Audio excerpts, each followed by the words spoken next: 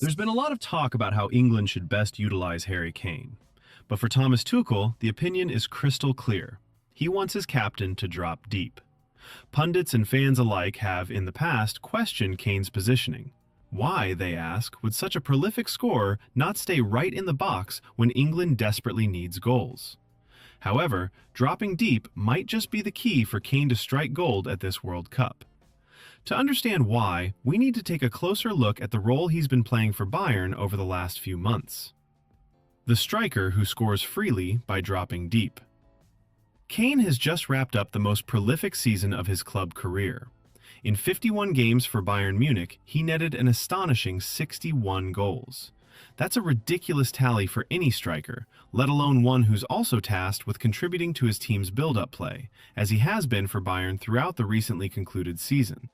England fans will undoubtedly want to see this goal-happy version of Kane at the World Cup. But it's worth pointing out that he achieved his remarkable total while playing in an increasingly free role, often encouraged to drop as deep as his fullbacks at times.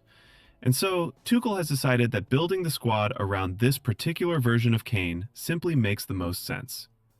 Bayern, for much of the season, lacked a natural link player between their defense and attack, largely due to the injuries that plagued midfielder Jamal Musiala. Kane was asked to drop in and solve this very problem. When Jamal's playing, it's a bit different. Getting the ball off defenders, driving. When we were playing together, it was better for him to go and do that, Kane explained. This season, it's allowed me to play a little bit deeper, use my qualities in that sense of turning and playing it forward, then arriving later in the box.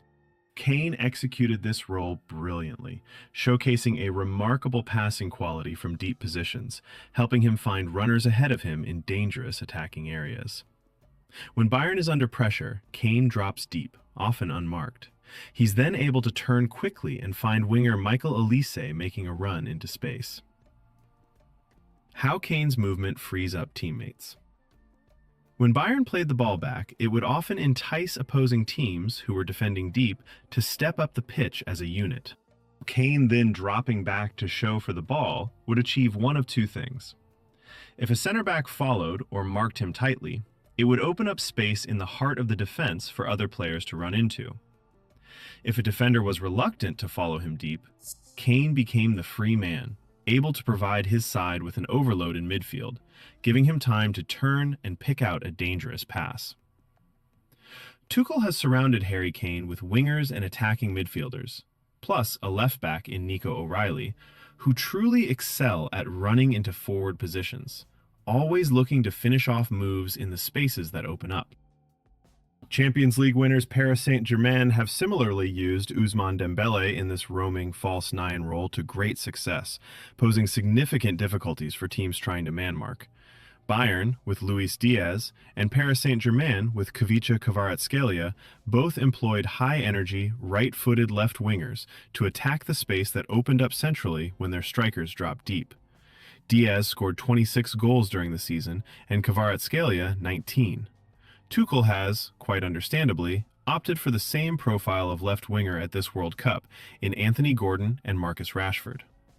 With both Bayern and Paris Saint-Germain finding success using this approach in the Champions League, it certainly appears to be a viable tactic against high-level opposition, and one that England will likely adopt against stronger nations as well.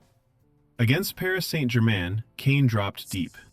Marquinhos didn't follow, which gave Kane the time and space to play a long ball for left winger Luis Diaz running in behind, ultimately resulting in a goal. Tuchel will be hoping for the same dynamic between Kane and either Marcus Rashford or Anthony Gordon. But how does all this help Kane score? All of this helps explain why Kane's movements when dropping deep improve his team's general play. But how do we account for Kane's truly impressive scoring tally? As contradictory as it might sound, moving Kane away from the box during the build-up actually helped him arrive in better positions to finish.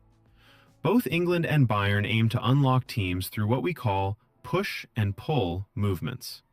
The core idea is to attract the opposition towards certain areas of the pitch before then exploiting the space that opens up elsewhere. We've already established that when Kane drops deep, teams tend to push up, creating space in behind for players to attack. Alternatively, when both England and Bayern get the ball up the pitch quickly, teams often drop back, closer to their own goal, leaving space in front of the defense.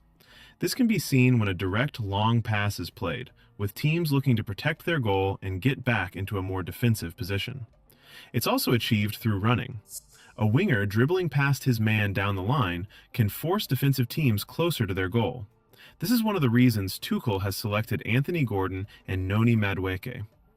Although Kane wasn't the direct beneficiary here, England's opening goal in Wednesday's 3-0 win over Costa Rica showed how their approach play might benefit him. Gordon's direct dribbling pushes the defense back towards their own goal. Declan Rice holds a deeper position, getting the ball in space in front of the defense before scoring. The off-the-ball movement of a player running in behind can have the same impact. Nico O'Reilly has done this to good effect from fullback, and Jude Bellingham, Morgan Rogers, and Declan Rice have done the same from midfield. With teams pushed back, Kane often joins the attacks late, leaving him unmarked in front of opposition defenses. From this position, he's had more time and space to get shots away, and even though they are typically from further out, his ball-striking ability means these result in goals at a prolific rate. In this example, Bayern's midfielder runs with the ball, drawing players towards him. The runs of Bayern's wingers in behind push back the opposition towards their own goal.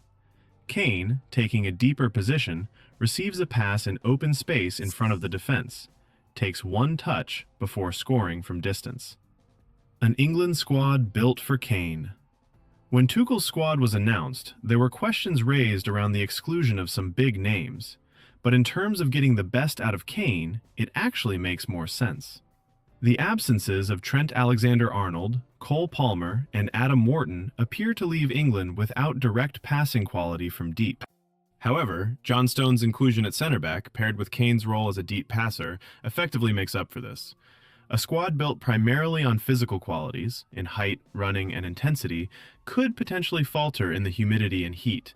But Tuchel has opted for pairings that match up in profile, giving England the chance to rotate often without losing the overall balance of their side. With Kane vacating the penalty area, surrounding him with runners who frequently get into the box, such as Gordon, Bellingham, Rice, and O'Reilly, gives England even more scoring options. England has used Kane in a fluid role before, but they haven't always built the squad around him in the most balanced manner. The squad Tuchel has selected looks to have addressed those problems. The England boss will undoubtedly hope his side proves to be as effective as Bayern has been in attack over the past season.